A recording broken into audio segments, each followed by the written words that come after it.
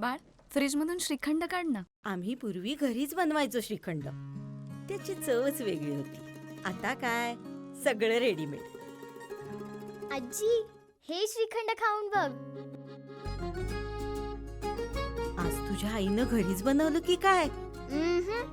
हे आहे गोकुळचं श्रीखंड. अगदी जिभेवर रेंगाळणार. जिभेवरच नाही तर मनावरही रेंगाळणार. गोकुळ श्रीखंड, मनावर रेंगाळणार.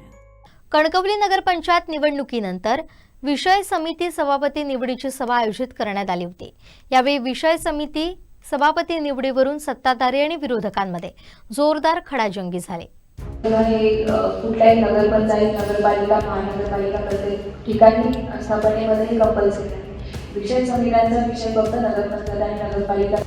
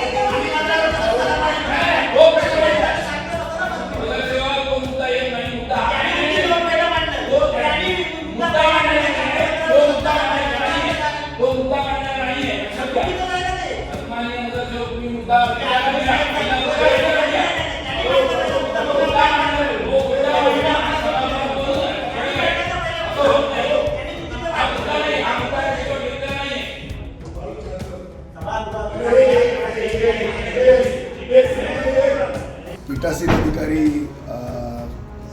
या नगरपालिकेच्या CEO होत्या. त्यांच्या अध्यक्षतेखाली ही बैठक होती.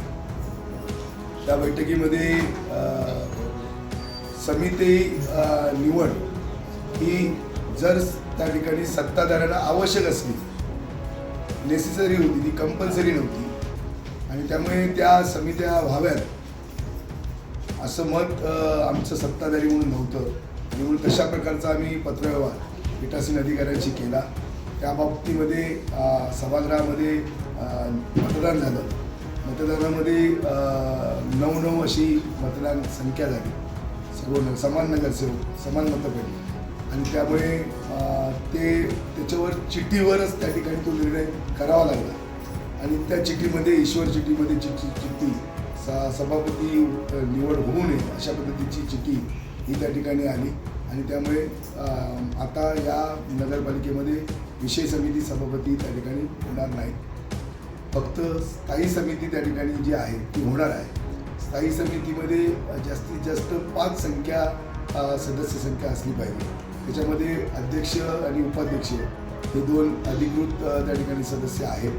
3 सदस्यांची नेमणूक त्या ठिकाणी होणार आहे. ही सदस्यांची नेमणूक जवळजवळ तौलनिक जे बळ आहे नगरपालिकेतल्या नगरसेवकांचं, या बळावर व्हावं आणि म्हणून त्या ठिकाणी ते 3 असे नगरसेवक येत होते. तर मी नगराध्यक्ष म्हणून विरोधी पक्षाच्या माझ्या सन्माननीय नगरसेविकांकडे प्रस्ताव ठेवला की आपण आपल्या सदस्यांपैकी 2 नगरसेवक हे स्टँडिंग स्थायी समितीवर आपण द्यावे. त्याची आम्ही नेमणूक त्या ठिकाणी करतो आणि आमचा 1 सदस्य आम्ही त्या ठिकाणी घेतो. अशा प्रकारचा प्रस्ताव त्यांच्याकडे ठेवला आणि ते कायदेशीरदृष्ट्या पीठासीन अधिकाऱ्यांनी मान्य करावं. अशा प्रकारची भूमिका आम्ही त्या ठिकाणी मांडली, पण त्यांनी ते स्वीकारलेलं नाही. हा निर्णय जिल्हाधिकाऱ्यांकडे त्या ठिकाणी तर ज्या ठिकाणी सत्ताधारी सत्ता असते त्यावेळी असे निर्णय असतात. आज महाराष्ट्रामध्ये विरोधी पक्ष नेता कुठे आहे? महाराष्ट्राच्या राजकारणामध्ये विरोधी पक्ष नेता कुठे दिला?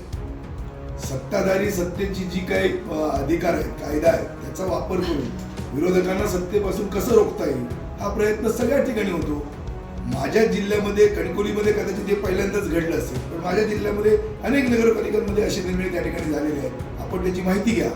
म्हणजे माझीच कणकवली हे पहिल्यांदाच नाही, फक्त कणकवली शहरामध्ये हे पहिल्यांदा घडलं, कारण बलाबल समान आहे. म्हणजे इथं कुठंच त्या ठिकाणी एकमत होणार नाही. मग जर झालं असतं तर उपनगराध्यक्ष सुशांत नाईक बिनविरोध झाले असते, त्यांनी भरला ना उमेदवारी अर्ज. त्या ठिकाणी जो मला एका ज्यादा मताचा अधिकार होता त्या मतामध्ये अधिकारी उपनगराध्यक्ष झाले सुशांत नाईक, त्यावेळी त्यांनी कुठे सहकार्य केलं. राजकारणामध्ये ज्याच्यामध्ये सत्ता आहे तो सत्तेचा त्या ठिकाणी वापर त्या ठिकाणी केला जातो आणि त्याचे फायदे सत्ताधाऱ्यांना कसे मिळतील हा प्रयत्न राहतो. त्यातलाच हा एक प्रयत्न आहे. एकंदरीत नागरिकांच्या प्रश्नांसाठी या समित्या नसल्यानंतर काही प्रश्न उद्भवू शकतो का नागरिकांच्या प्रश्नावर? नगरपालिकेचं प्रशासन या सगळ्या बाबतीमध्ये सगळे निर्णय घ्यायला सक्षम आहे. नगराध्यक्ष म्हणून मी, उपनगराध्यक्ष म्हणून मी आणि त्याचबरोबर जे सगळे माझे सत्ताधारीमधले जे सगळे 9 नगरसेवक आहेत, स्वीकृत सदस्य पण आता पारकर आलेले आहेत, म्हणून हे सगळे नगरसेवक, नगरसेविका आणि आम्ही या जनतेच्या प्रश्नाला न्याय देण्यासाठी त्या ठिकाणी सक्षम आहोत. पण तरी सुद्धा आमची भूमिका अशी आहे की आम्ही विरोधी पक्षाच्या सुद्धा नगरसेवकांना सातत्यानं त्यांचं सहकार्य त्या ठिकाणी मिळावं ही अपेक्षा करतो. आणि म्हणूनच मी प्रस्ताव ठेवला होता की स्वीकृत 2 नगरसेवक आपण माझ्या स्टँडिंगमध्ये आपण द्या. हा प्रस्ताव म्हणजे मी सत्ताधारी असल्यामुळे एक होऊन एकावर परत टॉस झाला असता, तर तसं न सांगता त्यांना मी प्रस्ताव दिला होता की तुम्ही तुमचे विरोधी पक्षातले 2 नगरसेवक तुम्ही स्टँडिंग कमिटीवर द्या. म्हणजे आम्ही त्या ठिकाणी त्यांना संधी दिली होती, पण त्यांनी ते मान्य केलं नाही. माझं असं म्हणणं की कुठल्याही विकासावर कुठलाही परिणाम होणार नाही. आमचे नगरसेवक, नगरसेविका, उपनगराध्यक्ष, मी स्वतः नगराध्यक्ष आणि आमचं नगरपालिकेचं प्रशासन जनतेचे प्रश्न तातडीनं सोडवण्यासाठी त्या ठिकाणी सज्ज आहे. आणि येणाऱ्या 5 वर्षामध्ये आम्ही नगरपालिकेच्या अधिकारातून राज्य सरकार आणि केंद्र सरकारच्या माध्यमातून आणि विविध नगरपालिकेच्या योजनेच्या माध्यमातून कणकवली शहराचा सर्वांगीण विकास करू. आणि मी सातत्यानं सांगतो की नुसता रस्ते, वीज, पाणी, आरोग्य, शिक्षण हे तर आम्ही करूच, पण कुठंतरी आम्हाला 5 अशी मोठी कामं शाश्वत विकासाची ही कणकवली शहरामध्ये उभी करायची आहे. आणि आता आचारसंहिता आता संपेल 1-2 दिवसामध्ये आणि खऱ्या अर्थानं त्या ठिकाणी आमचं काम सुरू होईल.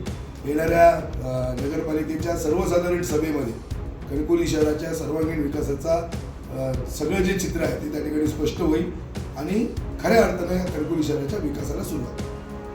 तुम्ही जो आज निर्णय घेतलात किंवा पीठासन अधिकाऱ्यांनी निर्णय घेतला, हा निर्णय बेकायदेशीर असल्याचा आरोप सभागृहात विरोधी नगरसेवकांनी केला. नाही, विरोधी पक्षाच्या नगरसेवकांना बोलण्याचा काही अधिकार आहेच ना.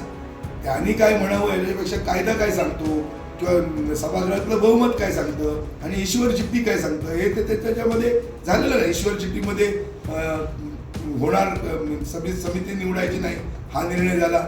बहुमतामध्ये समसमान मतं पडली, त्याच्यावर निर्णय झाला. गटनेत्यांनी पत्र दिलं. म्हणजे जे काय सगळं घडलं हे सभागृहातल्या बहुमतावर त्या ठिकाणी घडलं आणि ईश्वर चिठ्ठीवर त्या ठिकाणी घडलेलं आहे. त्यामुळे कुठलंही काम बेकायदेशीर झालेलं नाही.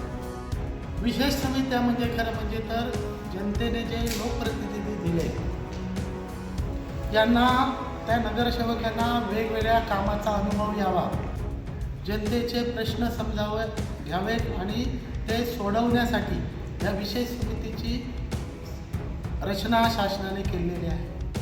मात्र सत्ताधारी नगराध्यक्ष आणि उपनगराध्यक्षांनी हा जनतेचा आवाज, भले तो सत्ताधारी नगरसेवकांचा असेल किंवा विरोधी आमच्या नगरसेवकांचा असेल, हा दाबण्याचा प्रयत्न बळाच्या संख्येवर आणि कायद्याच्या परवानगीने तो केला.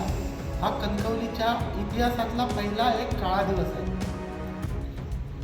दुसरी गोष्ट की यांना कुठचेच सभापती नको आहे. आम्ही हे मांडलं होतं की सभापती जर 4-5 झाले, 3-4 समित्यांच्या सभापती झाले, त्यात 3 किंवा 4 सदस्य झाले, तर त्या सदस्यांना म्हणजे सत्ताधारी असतील किंवा आम्ही असू, यांना एक कामाचा अनुभव येईल. पण ह्यांना कुठच्याही सदस्याला कामाचा अनुभव द्यायचा नाही. फक्त आपण दोघेच जण ह्या कणकवलीचा कारभार करायचा. आपण दोघेच जण कणकवलीचे सुभेदार ह्या हे मस्तीत आहेत आणि ह्या मस्तीमुळे हा त्यांनी निर्णय घेतलेला आहे.